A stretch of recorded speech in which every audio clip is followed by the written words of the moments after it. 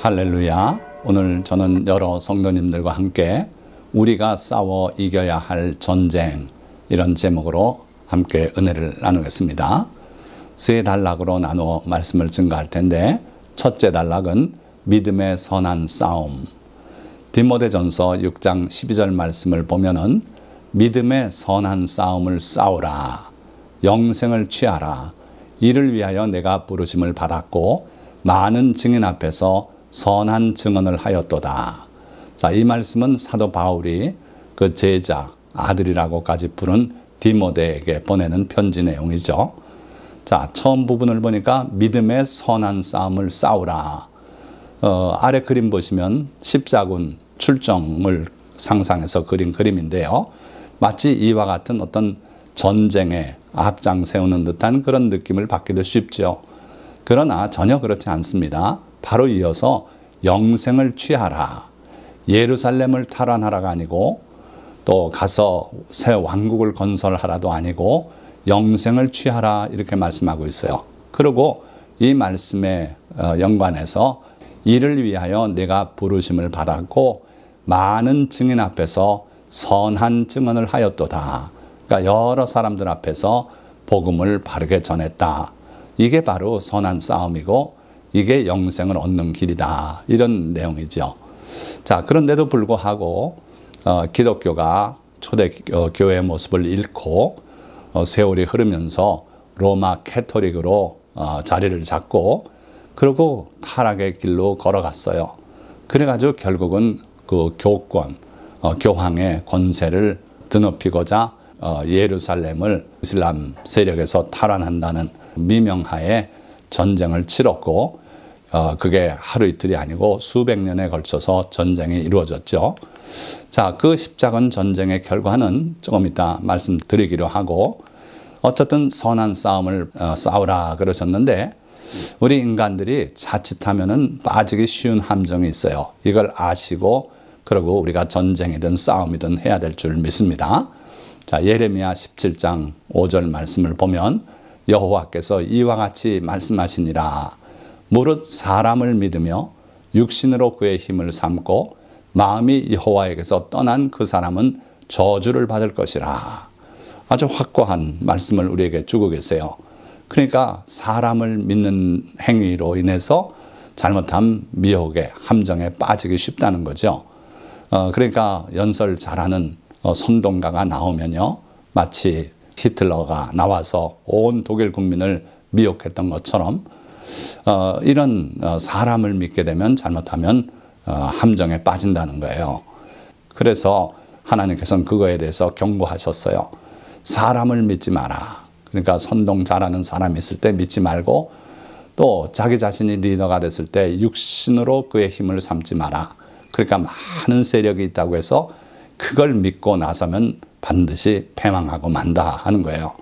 그리고 또 마음이 여호와에게서 떠난 그 사람, 마귀의 유혹을 받아서 하나님을 믿는 게 아니라 자기의 세력을 믿고 사람을 믿고 그러고 따라 나서면 반드시 저주를 받을 것이다 하는 말씀이에요. 자, 그래서 그런 관점에서 이 십자군 전쟁은 시작하지 말아야 했던 전쟁이에요. 왜 그러냐면 이들이 기독교의 세력을 믿고 그리고 십자군 전쟁을 치르지 않았습니까? 그 결과가 어떻게 됐습니까? 오늘날 이슬람이 왜 그렇게 반기독교적 정서가 강한지 아십니까? 바로 이 십자군 전쟁에서 많은 피해를 입고, 그래서 이슬람은 이제 기독교화하기가 참 힘든 그러한 부류가 됐어요. 또 유대인은 어떻습니까? 예수 그리스도의 복음을 전하면 극구 반대합니다. 왜 그런 줄 아십니까? 이 십자군이 예루살렘을 해방시킨다고 가면서 도중에 유태인들을 많이 학살했어요.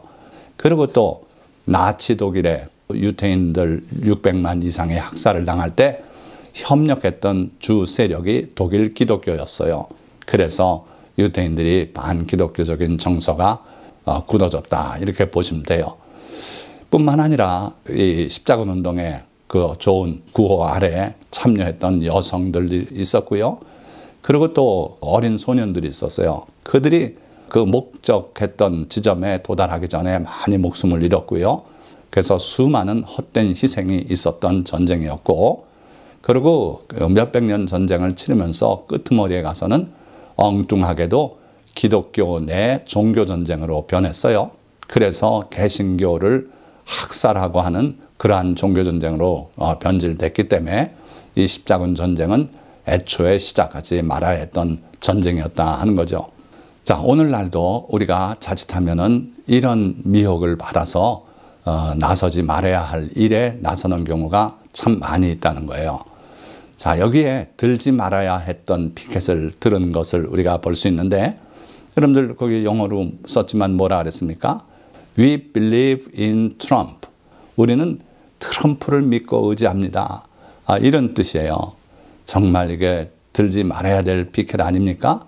이게 세상 사람들의 집회도 아니고 그리스도인들이 장로님, 권사님 이런 분들이 중심이 돼서 모였던 그러한 집회에서 이런 피켓이 들려졌어요. 들지 말아야 했던 피켓인 것 같고요. 결과가 어떻게 됐습니까?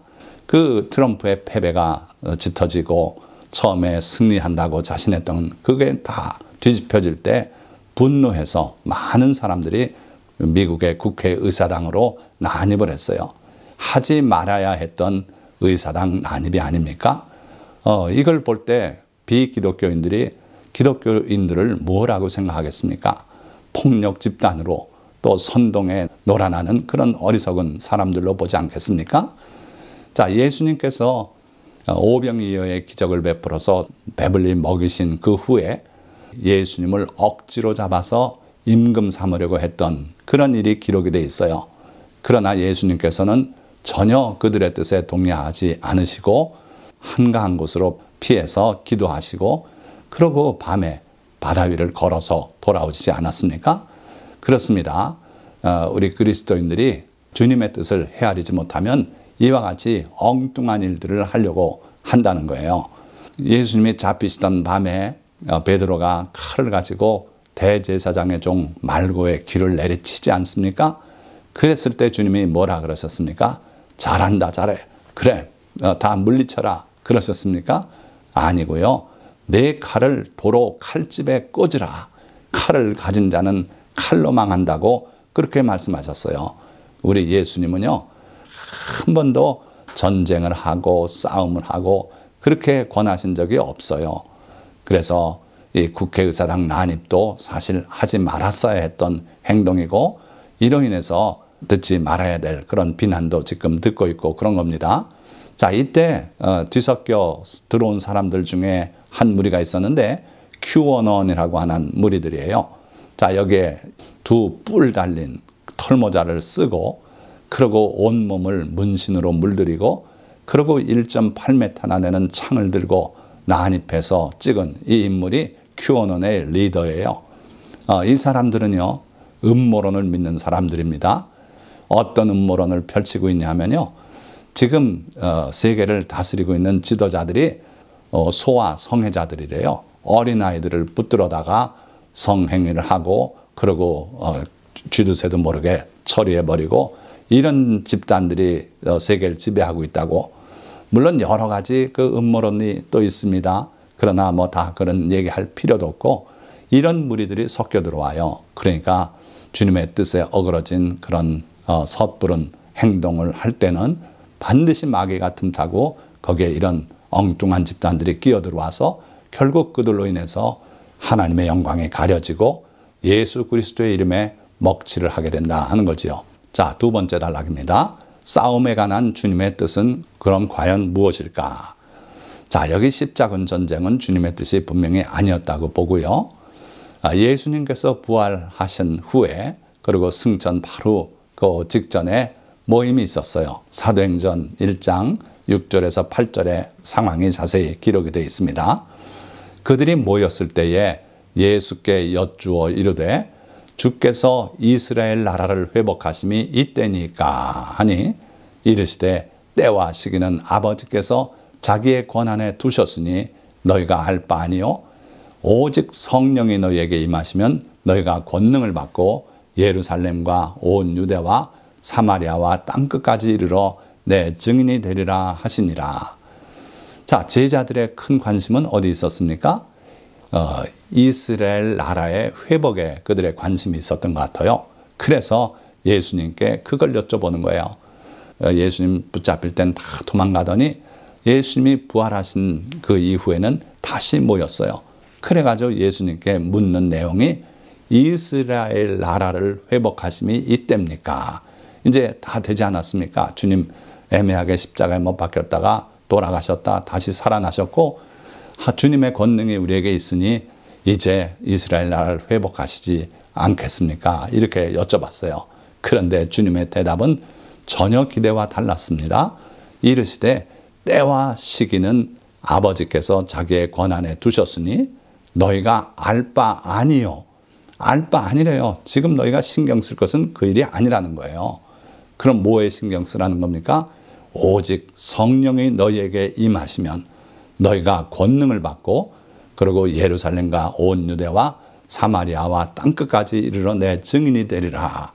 그러니까 하나님의 뜻, 우리 예수 그리스도의 그 섭리의 뜻들은 지금 우리의 생각과 다르다는 거예요. 우리 아버지 하나님의 생각은 우리 생각과 달리 저렇게 높은 생각이에요. 그 길은 우리 길과 다르다 그랬어요. 그 길은 높은 길이에요. 그래서 하나님은 이스라엘을 정치적으로 로마에서 독립하게 하는데 거기에 지금의 관심이 있지 않다는 거예요.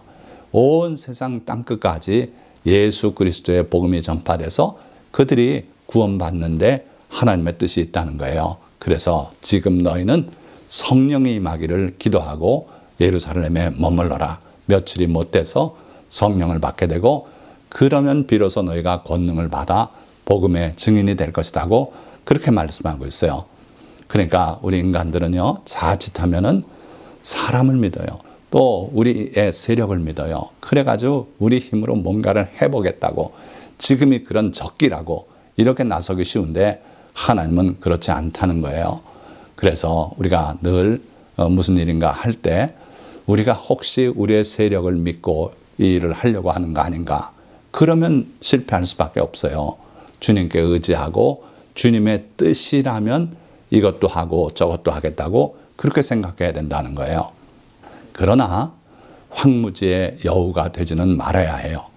이스라엘아, 너희 선지자들은 황무지에 있는 여우 같으니라.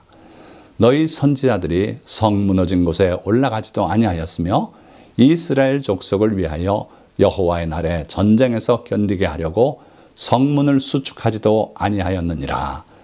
자, 선지자들을 여기에 주님께서 들어서 책망하시는 건데, 말들은 많이 합니다. 하나님의 말씀을 받지도 않고 자기들이 지어낸 말로 예언하고 격려도 하고 어떨 땐 또 책망도 하고 그런 사람들이에요. 그런데 이 선지자들은 당시에, 오늘날도 그런 경향이 없진 않습니다만은 당시의 선지자들은요, 하나님께서 자기 백성을 불쌍히 여기는 그 일에 전혀 자기 손가락 하나 얹지도 않았어요. 황무지에 있는 여우처럼. 저희 집 뒷마당도 내다보니까 며칠 전에 여우 한 마리가 저 뒷마당 끝자리로 이렇게 지나가더라고요. 급하게 도망가지도 않고요. 느슨하게 그냥 아주 자기 세상인 줄 알고 그러고 걸어가고 있어요. 자, 이 여우가 실제로 우리가 필요한 일에 와서 뭔가 작은 일이라도 보탬이 되는 거 보신 적이 있습니까? 없어요. 이스라엘 선지자가 그렇더라는 거예요. 황무지에 있는 여우 같아. 그래서 자기 이성만 차리고, 그리고 실제로 지금 성이 무너지고 뚫린 성벽이 있고 그런데 빨리 수축을 해서 언제든지 적군이 쳐들어오면 또 맞서 싸워야 될 텐데 그 일은 전혀 거들지 않더라는 거예요. 우리 그리스도인들은 그런 사람은 되지 말라는 거예요. 섣불리 나서지도 말아야 되지만 나라가 위태롭고 할 때 기도도 하지 않고 그냥 나 몰라라 하는 그런 사람은 되지 말아야 된다 하는 거예요. 자, 다만 예수님께서 더 급한 일이 있다 우리에게 가르치고 계세요. 아까 성령이 너희에게 임하시면 너희가 권능을 받고 예루살렘과 온 유대와 사마리아와 땅끝까지 이르러 내 증인이 되리라 말씀하신 것처럼 산상수훈에서 이렇게 말씀했어요.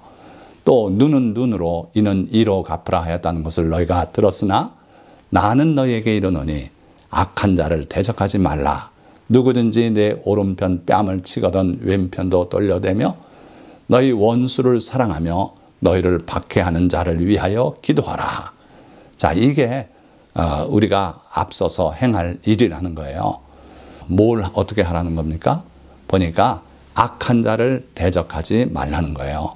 여기서 악한 자라고 말씀했지만 이 당시에 악한 자라고 말하면 사람들이 다 뜻이 통해요. 뭐냐면 지배국인 로마의 그 세리라든지 또는 그 병정이라든지 이런 사람들을 말하는 거예요. 그래서 때로는 그들이 와서 사람을 징집해 가기도 하고요. 그리고 물건을 또 가져가기도 하고 또 일을 시키기도 합니다. 그래서 오리까지 이거 짐을 지고 가자 그러면 따라야 돼요. 그게 법이에요. 그런데 그럴 때 그들을 대항해서 싸우고 그러지 말고 억지로 오리를 가게 하면 심리까지 동행해 줘라. 그리고 악한 자를 대적하지 말고 그들이 혹시 내 오른편 뺨을 치면 왼편도 돌려대라. 또 원수를 사랑하고 너희를 박해하는 자를 위하여 기도하라. 너희가 듣기는 눈은 눈으로 이는 이로 갚으라. 이렇게 들었지만 나는 너에게 말하노니 그게 아니다. 대적하지 말고 사랑하고 기도해 줘라. 이게 주님의 가르침이에요. 요새 개념으로 말한다면 비폭력 무저항주의 아닙니까? 그렇습니다. 인도의 마하트마 간디를 바로 비폭력 무저항주의의 창시자처럼 그렇게 믿는 분들이 많습니다만은 예수 그리스도의 가르침이 몇천 년 전에 먼저 있었어요. 그래서 우리 그리스도인들은요, 주님의 이 가르침을 따르고 존중하고 그대로 사는 사람들이 그리스도인입니다. 그냥 예수 믿는다고 교회 다닌다고 그리스도인이 아니에요. 그래서 우리는 우리를 억울하게 하고 핍박하고 또 뺨을 때리고 하는 그 사람들을 향해서 같이 뺨을 치고 같이 싸우는 사람들이 아니고 비폭력 무저항으로 오히려 그들을 사랑하고 그들이 구원받고 돌이킬 수 있도록 기도해주고 하는 그런 책임이 있는 자들이다 하는 거예요. 자, 그럼 세 번째 단락. 그렇다면 성도가 싸워야 할 싸움이 없는 거 아닙니까? 있다는 겁니다. 그럼에도 불구하고 우리가 싸워야 할 싸움은 세 가지가 있는데 첫째는 자신의 정욕과의 싸움입니다. 마태복음 18장 8절에서 9절 말씀을 보면 만일 내 손이나 내 발이 너를 범죄하게 하거든 찍어내버리라. 만일 내 눈이 너를 범죄하게 하거든 빼어내버리라. 한 눈으로 영생에 들어가는 것이 두 눈을 가지고 지옥불에 던져지는 것보다 나으니라. 자, 얼마나 두려운 말씀 아닙니까? 내 손이나 내 발이나 혹은 내 눈이 나를 범죄하게 하거든 손발은 찍어버리고 눈은 빼버리래요. 한 눈을 가지고 영생에 들어가는 것이 두 눈을 가지고 지옥불에 던져지는 것보다 낫다. 대단히 두려운 말씀이고 단호한 말씀이에요. 또 삼가 모든 탐심을 물리치라. 사람의 생명이 그 소유에 넉넉한 데 있지 않다 말씀하시고 계세요. 그러니까 우리 주님은요, 우리 마음속에서 일어나는 정욕들, 명예욕, 음욕, 탐욕, 이 모든 죄들을 철저하게 대응할 걸 말씀하고 있어요. 자신에 대한 단호함을 강조하고 계시죠. 그래서 우리는 내 자신과 싸우는 그런 싸움이 있어야 올바른 성도다 하는 겁니다. 자, 둘째는 세상과의 싸움이에요. 우리가 싸워야 할 싸움으로 두 번째가 세상과의 싸움이라는 거예요. 자, 야고보서 1장 27절 말씀 보니까 하나님 아버지 앞에서 정결하고 더러움이 없는 경건은 즉 신앙은 고아와 과부를 그 환난 중에 돌보고 실천이 있어야 된다는 거예요. 또 자기를 지켜 세속에 물들지 아니하는 그것이니라. 남들이 볼 때는 잘하는 것 같은데 실제 자기 속은 더러운 죄악으로 가득 차고 탐욕으로 가득 차고 세상의 가르침에 그냥 순응하고 이런 삶은 올바른 삶이 아니라는 거예요. 그래서 우리는 세상과 싸워야 되는데 세 가지 싸움이 있다는 겁니다. 세상과의 싸움의 첫째는 세상의 사조를 거슬러 사는 그런 싸움이 있어야 돼요. 연어가 자기가 태어났던 곳으로 돌아가기 위해서 그 강한 물살들을 헤치고 뛰어오를 때 그 힘을 보면 대단해요. 오늘 그리스도인들도 이와 같이 세상의 가르침과 세상의 사조가 탕류처럼 흘러내려가도 그걸 거슬러서 올라갈 수 있는 그런 성도가 돼야 된다는 거예요. 이 물살에 휩쓸려 떠내려가는 고기는 이미 죽은 고기입니다. 그래서 성도들은 세상을 거슬러 올라가는 세상의 사조를 이겨낼 수 있는 그러한 믿음이 있어야 되고, 그게 곧 세상과의 싸움이다. 자, 두 번째 그림 보시면 여기 여러 마리 물고기들이 돌고 있는데, 금빛 물고기 하나는 반대로 오른쪽에서 왼쪽으로 가고 있어요. 이건 뭘 의미합니까? 교회 안에도 잘못된 사조가 있다는 거예요.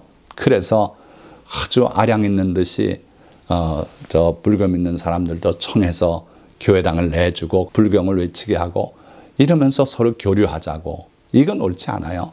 또 다른 종교, 이슬람을 믿든 불교를 믿든 예수를 믿든 다 천국 가서 만나게 된다. 이런 거짓말, 이런 거에 휩쓸리지 말고, 여러분들은 다른 물고기와 다른 내 모습이 걱정스럽더라도 주님의 말씀이 그렇다 하면 그게 옳은 거예요. 담대히 그와 같이 거슬러 살아갈 수 있는 그런 믿음이 있어야 된다는 것이고요. 또 세상을 사랑하지 말라 그러셨어요. 세상을 사랑하면 하나님의 사랑이 그 안에 있지 않다 그랬습니다.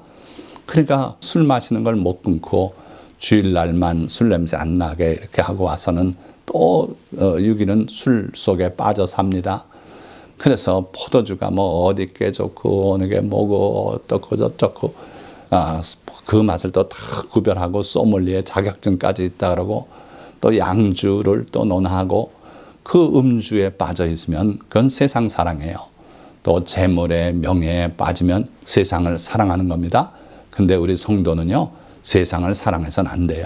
그래서 세상과의 싸움은 이 세 가지 싸움이 우리에게 있다는 거예요. 세상 사조를 거절하고 거슬러 올라가는 그러한 믿음이 있어야 되고, 심지어 교회 안에서 신학이 잘못돼서 잘못된 가르침을 주더라도 예수님의 가르침을 따를 줄 알아야 되고, 또 세상을 사랑하지 말고 주님을 사랑하고 주님과 함께하는 시간을 즐거움으로 삼아야 된다 하는 거예요. 예수님께서 이것을 너희에게 이르는 것은 너희로 내 안에서 평안을 누리게 하려 함이라. 세상에서는 너희가 환난을 당하나 담대하라. 내가 세상을 이기었노라. 자, 우리가 예수님을 바로 믿으면 세상에서는 환난을 당하고 어려움을 당하게 돼 있대요. 그러나 걱정 말고 담대하라. 내가 이 모든 세상의 그 거짓된 사조를 다 이겼다. 나만 보고 따라오면 된다. 그런 말씀이에요. 이미 끝난 싸움이라는 뜻입니다. 그래서 예수께서 하나님의 아들이심을 믿는 자가 아니면 세상을 이기는 자가 누구냐? 예수 그리스도를 믿는 자만이 세상을 이길 수 있다. 왜냐하면 예수님이 그렇게 세상을 이기셨기 때문에 그 예수님만 보고 주님의 멍에를 같이 메고 나가면 이길 수 있다는 거예요. 자, 그리고 세 번째, 마귀와의 싸움입니다. 마귀를 대적하라. 그리하면 너희를 피하리라. 마귀를 대적하래요. 마귀가 얼마나 무서운데 난 마귀하고 대화하기도 싫어요. 마귀가 여러분들에게 다가올 때는 부드럽게 다가와요. 그럴 때 그 마귀를 나사렛 예수 그리스도의 이름으로 명하노니 사탄아 물러가라 하고 명하면 사탄은 우리를 피해서 도망간다는 거예요. 그래서 마귀를 대적하라고 분명히 말씀하고 있어요. 그리하면 너희를 피하리라. 자, 베드로전서도 근신하라, 깨어라, 깨어라, 기도해라. 너희 대적 마귀가 우는 사자같이 두루 다니며 삼킨 자를 찾나니 너희는 거기에 지지 말고 깨어서 기도하고 마귀를 물리치라는 거예요. 자, 어느 목사님이 환상 중에서 마귀가 하는 일을 자세히 봤어요. 주님이 환상으로 보여주셨다 합니다. 어떤 여인이에요. 목사님의 사모님이에요. 그런데 그 여인이 나중에 결국은 타락하고 마는데 그 과정을 주님이 왜 그 여인이 타락했는지를 설명해 주시더라는 거예요. 자, 그 여인의 모습을 보니까 참 아름다운 여인인데 그 어깨 위, 한쪽 어깨 위에 원숭이 같은 조그만 그 마귀가 올라앉아서 그 귀에다 대고 자꾸 속삭이더래요. 당신은 참 아름다운 여인입니다. 당신의 이 미모는 더 대접받고 살아야 할 만한 그런 미모입니다. 그런데 지금 당신이 그렇게 대접받지 못하지 않습니까? 자꾸 속삭이더래요. 그러니까 이 여인이 사탄아 물러가라 하고서 마귀를 책망해서 쫓아내고 했는데 이 마귀가 자꾸 오더래요. 또 와서 또 속삭이고 또 같은 얘기를 하더랍니다. 그런데 그 여인이 나중에는 그 말에, 달콤한 말에 그걸 받아들였대요. 그래서 그 순간 보니까 머릿속에 동전만한 검은 그런 자국이 나는 걸 보여주셨는데 이게 이제 마귀의 생각을 처음엔 쫓아내고 거절했는데 나중엔 그렇지, 내가 얼마나 아름다운데 내가 왜 이 남자하고 결혼해서 목사 부인이 돼서 이렇게 하는가, 그런 생각을 자기 생각으로 받아들인 거예요. 그래서요, 성경은 무릇 지킬 만한 것보다 내 마음을 지키라, 거기에서 생명의 근원이 나온다고 그렇게 말씀했어요. 마귀의 생각을 절대로 받아들이면 안 돼요. 내 생각으로 받아들이지 말고 내 마음속에 속삭임이 있을 때 물리치라는 거예요. 그래야 되는데 이 여인은 그걸 받아들였고 나중에는 회개할 기회마저 박차고, 그러고서 그 마귀의 생각을 자기 생각으로, 그리고 마귀를 받아들여서 결국은 타락의 길로 가고 말았다는 거죠. 그렇습니다. 우리가 마귀하고의 싸움은 처음에 잘해야 돼요. 사탄의 소리가 우리에게 들려올 때 과감하게 예수 그리스도의 이름으로 쫓아내고 다시는 그 마귀가 우리에게 속삭이지 못하도록 그렇게 해야 이길 수가 있어요. 자, 말씀을 맺겠습니다. 우리에게는 싸워서 이겨야만 하는 싸움이 있습니다.